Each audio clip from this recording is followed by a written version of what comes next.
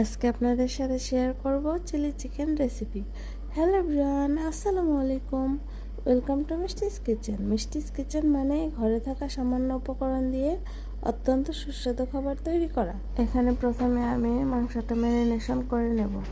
ম্যারিনেশনের জন্য প্রথমে গোলমরিচ, হলুদের ফাঁকি, মরিচের ফাঁকি, সজের ফাঁকি, আদা ফাঁকি, রসুন বাটা, একটু cornflour, soya sauce, tomato sauce দিয়ে ভালোভাবে মেখে নেব। ভালোভাবে মাখানো হয়ে গেলে এর মধ্যে একটি ডিম ফাটিয়ে ভালোভাবে মিশিয়ে নিব। এখন এটাকে আধা ঘন্টার জন্য ম্যারিনেশনে রেখে দিব।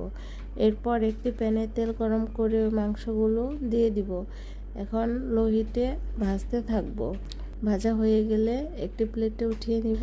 এখন ওই তেলের মধ্যেই কিউব করে কাটা পেঁয়াজ কুচি, তারপর ক্যাপসিকাম, মরিচ কুচি দিয়ে ভালোভাবে নেড়েচেড়ে ভেজে নিব।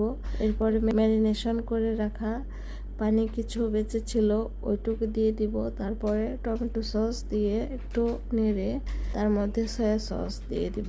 আপনারা আপনাদের টেস্ট অনুযায়ী টমেটো সসটা বাড়িয়ে নিতে পারেন। এখন এর মধ্যে ভেজে রাখা মাংসগুলো দিয়ে ভালোভাবে নেড়ে নিব। এখন এর মধ্যে কর্নফ্লাওয়ার গুলো পানি দিয়ে দিব।